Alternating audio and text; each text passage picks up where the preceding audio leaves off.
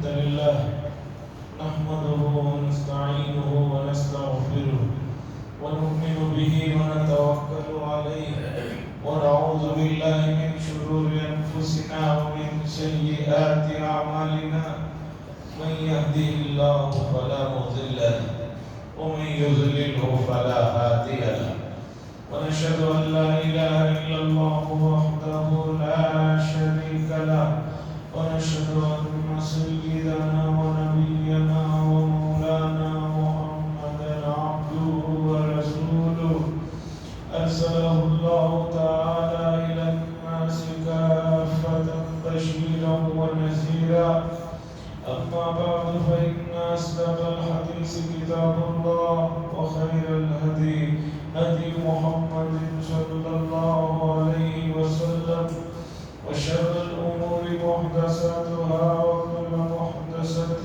بدعة وكل بدعة ضلالة وكل ضلالة في النار.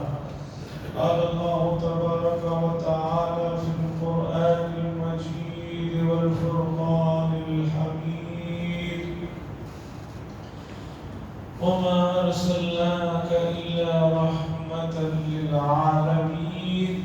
وقال تعالى لقد كان لكم في رسول الله أسوة حسنة لمن كان يرجو الله واليوم الآخر وذكر الله كثيرا.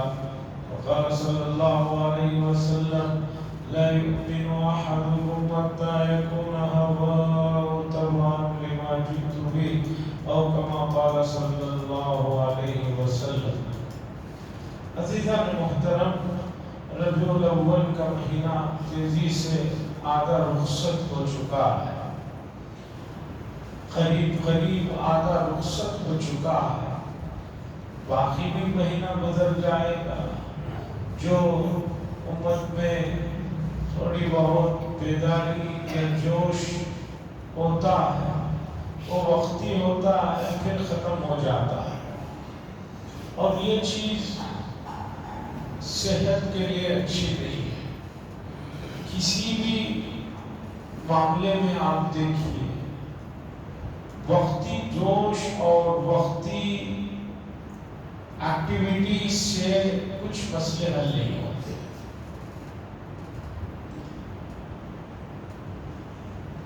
میں نے سنا واللہ عالم، جو مرگی کی بیماری والے ہوتے ہیں، فٹس جسے کہتے ہیں، مرگی کی بیماری، اس کے لیے اقوام متحدہ کی وزارت صحت کی طرف سے مفت دوائی کا ہر ملک میں انتظام ہے. ہمارے یہاں بھی قریب میں جو نماز کا شعبہ ہے، فٹس اور مرگی والوں کے لیے دوا کا ہی رہتا ہے. اور باہر اس کا پرائیویٹ میں کوئی سکسیسفل اور کامیاب علاج نہیں، چونکہ وہ بڑی بیماری ہے. تو انٹرنیشنل پیمانے پر اقوام متحدہ UN والوں نے اس کا علاج مفت میں رکھا. پوائنٹ کی بات جو ہے مجھے بتانا ہے وہ یہ ہے کہ اس کی دوائی جو دی جاتی ہے وہ تقریباً 5 سال تک آدمی کو مسلسل کھانا ہے. اور عالم ایسا ہے کہ آدمی سانس لینا تو بھول سکتا ہے لیکن دوائی ٹائم پر لینا نہ بھولے. اور اگر کسی وجہ سے ایک وقت اس نے دوائی نہیں لی، بھول گیا، ہوتا ہے مسئلہ، تو ڈاکٹر بتاتے ہیں کہ وہ جو اس سے پہلے 1-2 سال دوائی کھائی تھی اس کا کوئی یہ نہیں، پھر اس دن سے نئے 5 سال تک دوائی کھانا. یہ تو رہا جسمانی ایک بیماری کا علاج اور اس کے لیے تسلسل، مسلسل دوائی کھانا. جسمانی ایک بیماری ہے اور وہ بیماری میں ایسا نہیں کہ ہر وقت ہی آ جاتی ہے، کبھی کبھی نیند صحیح نہیں ہوتی ہے، ٹینشن کی وجہ سے آتی ہے، واللہ اعلم۔ تو آپ سوچئے کہ جسمانی صحت کے لیے، جسمانی تندرستی کے لیے 5 سال کی مدت ایک بیماری کی دوا کے لیے۔ کچھ ایسی بیماریاں بھی ہیں جن کی دوائیاں مسلسل ہی چلتی رہتی ہیں، اس کا کوئی ختم ہونے کا پروگرام ہی نہیں رہتا۔ اب آپ ذرا مجھے بتائیں، جسم تو کوئی اصل ہے، جسم میں تو تغیر ہوتے رہتا ہے، آج ایسا ہے کل ویسا ہے، آج اتنا وزن ہے کل بڑھ گیا، پرسوں کم ہو گیا، اب طاقت میں کمی آ گئی، یہ تو بدلتے رہتا ہے، پیدائش سے لے کر مرتے دن تک کچھ نہ کچھ تبدیلی آتی رہتی ہے۔ جب اس کے لیے اتنا تسلسل اور اتنا اہتمام ضروری ہے تو انسان کی جو روح اصل ہے اس کے لیے کتنے تسلسل کی ضرورت ہے، اس کے لیے کتنی پابندی کے ساتھ کوئی کام کرنے کی ضرورت ہے۔ یہ اتنا صاف مسئلہ ہے، دو بھی دو چاند کی طرح کہ اب دن ہے، سورج نکلا ہے، روشنی ہو رہی ہے، اتنا صاف مسئلہ ہے کہ اس کے لیے کوئی سائنس کی، جغرافیہ کی، باریک تھیوریز کو بتانے کی ضرورت نہیں۔ ابھی جو بات میں نے آپ کے سامنے رکھی ہے اس کے لیے اعلیٰ تعلیم یافتہ یا شہر کا ہونا یا یہ کوئی مسئلہ نہیں۔ اتنی سی بات ہم بتانا چاہ رہے ہیں، دو باتیں ہیں، یہ ایک جسم ہے، یہ ایک روح ہے، اور جسم کے بیماری کے لیے، ایک معمولی بیماری کے لیے دوا اتنے دن کھانا ہے، جس دن چھوٹے گی اس دن سے پھر 5 سال تک کھانا ہے، تب جا کر وہ بیماری کمپلسری ختم ہوتی ہے۔ سوال یہ ہے کہ روح کے لیے آپ بتائیے کہ آپ جو ہے روح کی علاج کے لیے سال میں 1 مرتبہ تھوڑی دیر کے لیے، سال میں 2 مرتبہ تھوڑی دیر کے لیے ایکٹیو ہو جائے، تھوڑی دیر کے لیے اس میں گرمی آ جائے، حرارت آ جائے، جوش آ جائے، باقی پورا سال کوئی آپ کے پاس پلان نہیں ہے، باقی پورا سال اس کے تندرستی کے لیے، اس کے علاج معالجے کے لیے آپ کے پاس کوئی پروگرام نہیں ہے، تو بتائیے کہ روح کیسے صحیح رہ سکتی ہے، روح کیسے مضبوط رہ سکتی ہے، روح کی اصل جو کیفیات ہیں کہ جس کی وجہ سے اس کی جو کشش اللہ کی طرف لگنا چاہیے وہ کیسے لگ سکتی ہے؟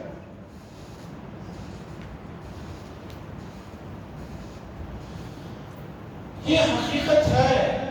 اب اسے سمجھانے کے لیے تو کوئی بہت لمبا چوڑا علم کی بھی ضرورت نہیں ہے، لیکن مسئلہ یہ ہے کہ اس حقیقت کو امت سمجھنے کے لیے تیار ہے۔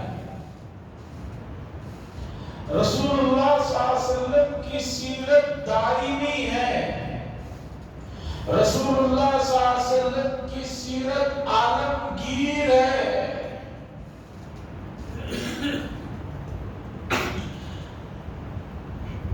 اللہ جزائے خیر تھے ہمارے بڑے گزرے ہوئے لوگوں کو کے بعد لوگوں نے بعض چیزوں کو اتنے مرتب اور منظم انداز میں سمجھا کر چیزوں کو رکھا ہے کہ میں حیران ہوتا ہوں، اللہ انہیں جزائے خیر دے۔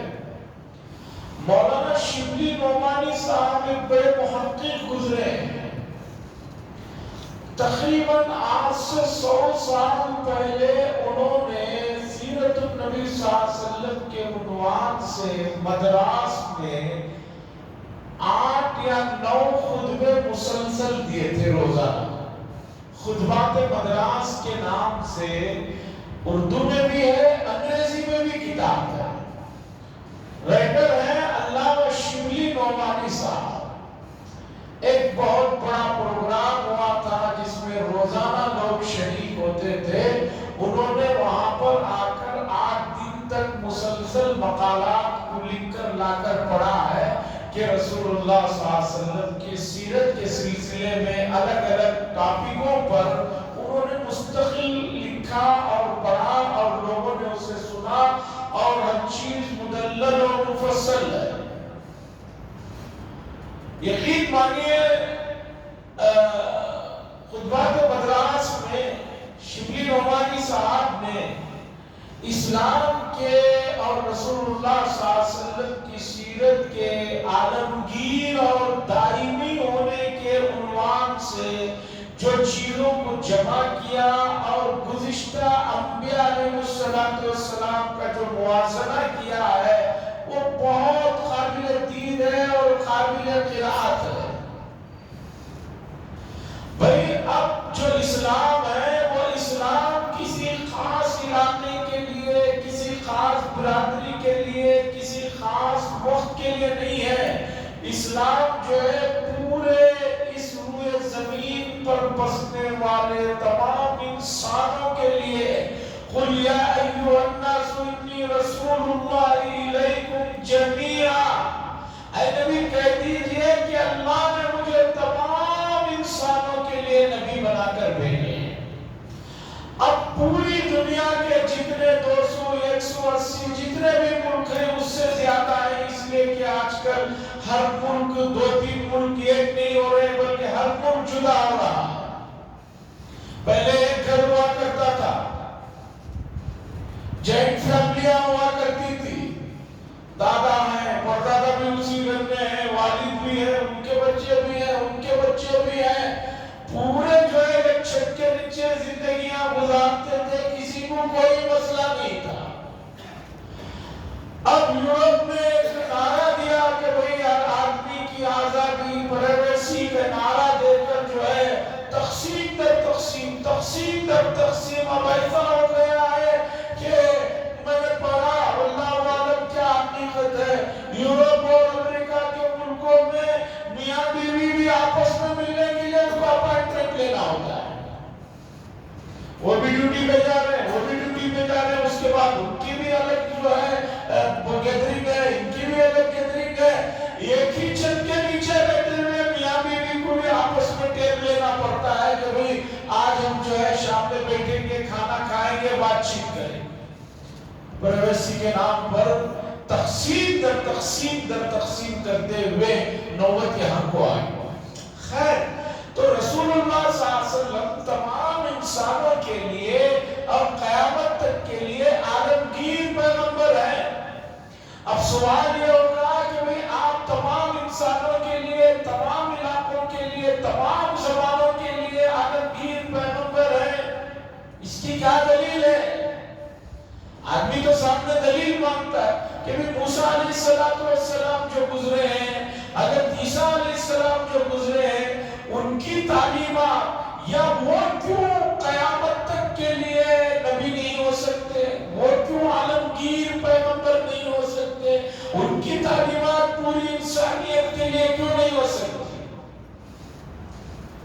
ہمیں تو حضور سے محبت ہے، ہم تو مان لیں گے، لیکن ایک آدمی سامنے جو مسلمان نہیں ہے یا مسلمان بھی ہے تو اس کے دماغ میں سوال اگر ہوگا کہ بھئی ایسے کیوں نہیں ہو سکتا کہ عیسیٰ علیہ السلام عالمگیر نبی ہو، تمام زمانوں کے لیے موسیٰ ہو یا جو بھی انبیاء سابق میں گزرے ہیں، تو یہ مسئلہ آج میں آپ کو سمجھانا چاہتا ہوں کہ کیوں ایسا نہیں ہو سکتا۔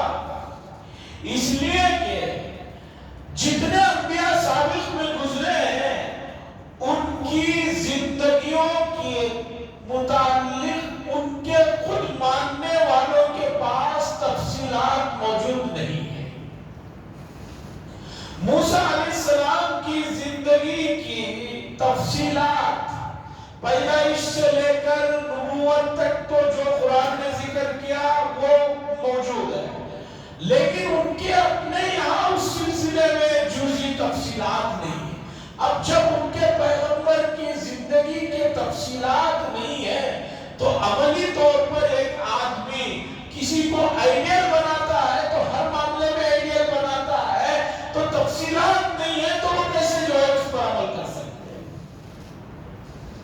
اور اس سے بڑے تعجب کی بات بتاتا ہوں، ایک بڑے عالم نے لکھا کہ امریکہ میں ایک جگہ بین المذاہب پروگرام ہو رہا تھا، سب مذاہب والے جمع ہوئے تھے، پروگرام ہو رہا تھا، تو لوگوں نے ان عالم صاحب کو آ کر کہا کہ یہاں پر ایک بین المذاہب پروگرام ہو رہا ہے، عیسائیوں کے اور یہودیوں کے جو لوگ ہیں ان سے بات کرنا یا ان کے سامنے اسلام کی کوئی بات رکھتے ہیں تو یہ سائنس کا موضوع چھیڑ دیتے ہیں۔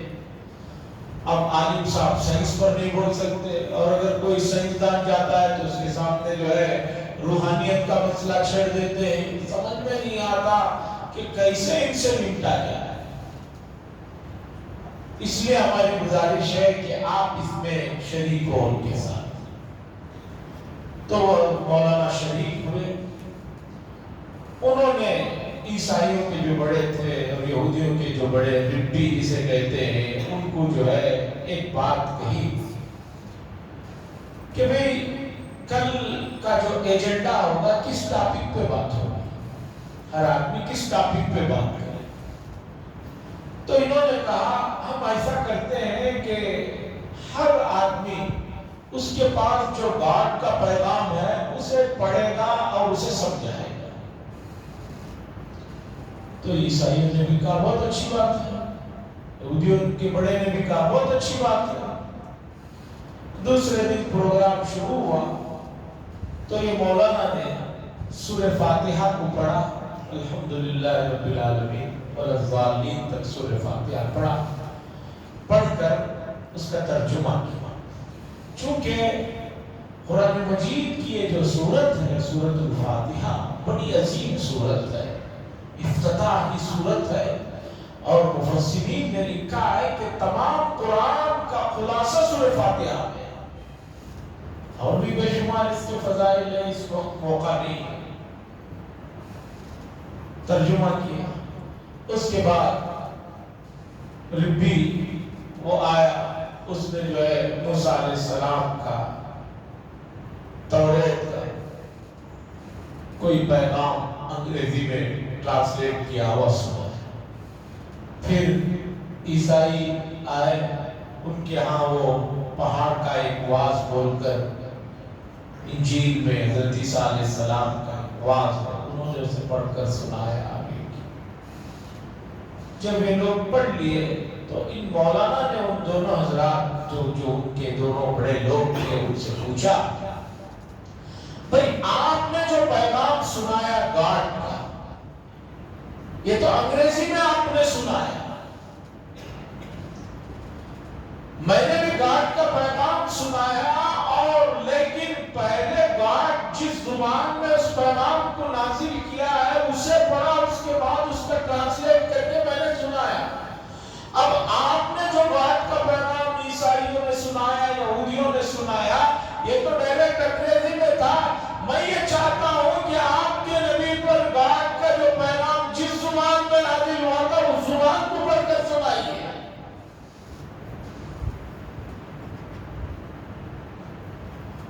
تو اب دونوں طرف سناٹا چھا گیا، اس لیے کہ یہ بات 25 امور کو نہیں ابھی تک کسی کے پاس ہے کہ توریت اور انجیل جس لینگویج میں حضرت موسیٰ اور عیسیٰ علیہ السلام پر نازل ہوئی تھی وہ یقینی طور پر 100% کون سی زبان میں تھی اس کا کوئی ثبوت نہیں، اور نہ اس کا کوئی نسخہ ہے۔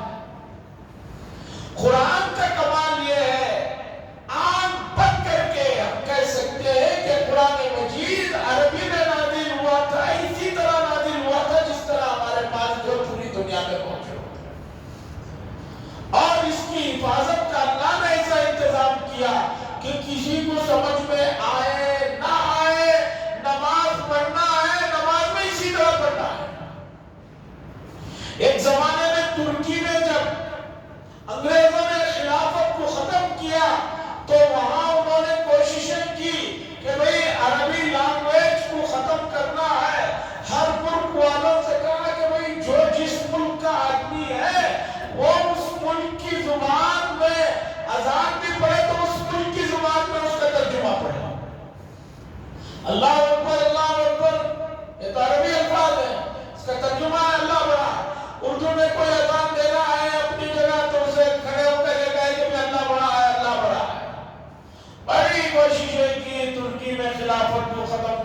کے بعد آج سے ٹھیک 100 سال پہلے کامیاب نہیں ہو سکے.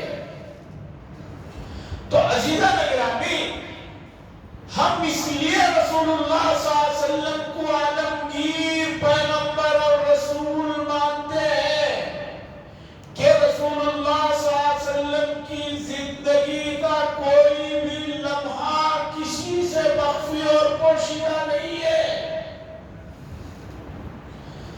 رسول اللہ صلی اللہ علیہ وسلم کی باہر کی زندگی بھی ہمارے سامنے ہے. رسول اللہ صلی اللہ علیہ وسلم کے گھر کے اندر کی زندگیاں بھی ہمارے سامنے ہیں. ازواج مطہرات کے ذریعے سے ہمیں پوری تفصیلی تحقیقات ہے کہ گھر کے اندر رسول اللہ صلی اللہ علیہ وسلم کیسا رہتے تھے، کیسا اٹھتے تھے، بیٹھتے تھے، سوتے تھے. اور ایک مرد کا ایک عورت کے ساتھ جو تعلق ہوتا ہے، میاں بیوی کا تعلق ہوتا ہے، اس تعلق سے متعلق بھی پوری تفصیلات جو ہے رسول اللہ صلی اللہ علیہ وسلم کی ہمارے سامنے موجود ہے. ہمیں پتا ہے کہ جن کو آپ عالمگیر پیغمبر ماننے کے لیے کہہ رہے ہیں، ان کی زندگیوں سے متعلق کوئی تفصیلات ہمارے پاس تو چھوڑیے آپ کے پاس بھی نہیں. رسول اللہ صلی اللہ علیہ وسلم عالمگیر قیامت تک کے لیے نبی ہے، اور کامیابی اسی میں ایک انسان کے لیے ہے کہ وہ رسول اللہ صلی اللہ علیہ وسلم کی تعلیمات کو اپنائے اور مستقل اپنائے، پرماننٹ اپنائے. وقتی طور پر خوشی میں آیا تو کہہ دیا کہ میٹھا سنت ہے اس لیے میٹھا کھا رہا ہوں، بس یہاں تک. اگر وہ کوئی شریعت کو اپناتا ہے، سیرت کو اپناتا ہے، وہ کامیاب نہیں ہو سکتا. میں نے ابھی آپ کو بتایا جسمانی طور پر بیماری کے علاج کے سلسلے میں ورزش کرنے والوں سے پوچھئے کہ جو لوگ اپنے جسم کو بناتے ہیں، یہ دن وہ جو ہے ورزش کو مس نہیں کرتے. انہیں معلوم ہے ایک دن مس کرو تو اس کا بہت نقصان ہوتا ہے. تو آپ کو اپنی روح کو اگر مضبوط بنانا ہے، حضور کے سیرت پر آپ کو عمل کرنا ہے. اور رسول اللہ صلی اللہ علیہ وسلم کی سیرت آپ کو ملے گی قرآن میں، آپ کو ملے گی حدیث میں. قرآن نے کہا اِنَّكَ لَعَلَىٰ خُلُقٍ عَظِيمٍ، آپ بہت بلند اخلاق پر، خلق عظیم پر فائز ہے. اور رسول اللہ صلی اللہ علیہ وسلم کے خلق عظیم کی گواہی قرآن و حدیث صحابہ ان کے ہاں تو بھری ہوئی ہے. میں آپ کو ان کے اپنے زمانے کے کٹر جو دشمن تھے رسول اللہ صلی اللہ علیہ وسلم کے، ان کی گواہیاں سناتا ہوں، ان کی تحریریں بتاتا ہوں کہ ان لوگوں نے بھی کہا کہ یہ کس درجے کے آدمی تھے. عزیزان گرامی، رسول اللہ صلی اللہ علیہ وسلم کو اتنا مشہور کیا جا رہا ہے کہ 53 سالہ شخصیت مکہ المکرمہ، اپنا آبائی وطن، اپنا خاندانی شہر، کعبۃ اللہ جس کے متولی ان کے خاندان کے لوگ مسلسل رہے ہیں، وہ شہر کو چھوڑنے پر مجبور کر رہے ہیں، قتل کرنے کے در پہ پڑے ہوئے ہیں. اور حالت تو دیکھیے کہ ایسی حالت میں بھی اپنی امانتیں، اپنی قیمتی چیزیں رسول اللہ صلی اللہ علیہ وسلم کی یہاں امانت کے طور پر رکھے ہوئے. ہجرت کے واقعات میں آپ دیکھیے کہ رسول اللہ صلی اللہ علیہ وسلم رات کو نکلتے ہیں، حضرت ابوبکر صدیق رضی اللہ تعالیٰ عنہ کے ساتھ جاتے ہیں، اپنے بستر پر حضرت علی رضی اللہ تعالیٰ عنہ کو لیٹنے کا حکم دیتے ہیں، اور یہ بھی کہتے ہیں کہ یہ امانتیں ہیں، یہ فلاں کی ہے، فلاں کی ہے، کل ان کو لوٹا دیں. ہے قربان جائیے امانت کا یہ درجہ، صداقت کا یہ درجہ. صفا پہاڑی پر کھڑے ہو کر رسول اللہ صلی اللہ علیہ وسلم نے پوچھا تھا کہ تم لوگوں کا میرے بارے میں کیا گمان ہے؟ تو سب نے کہا تھا ما جربنا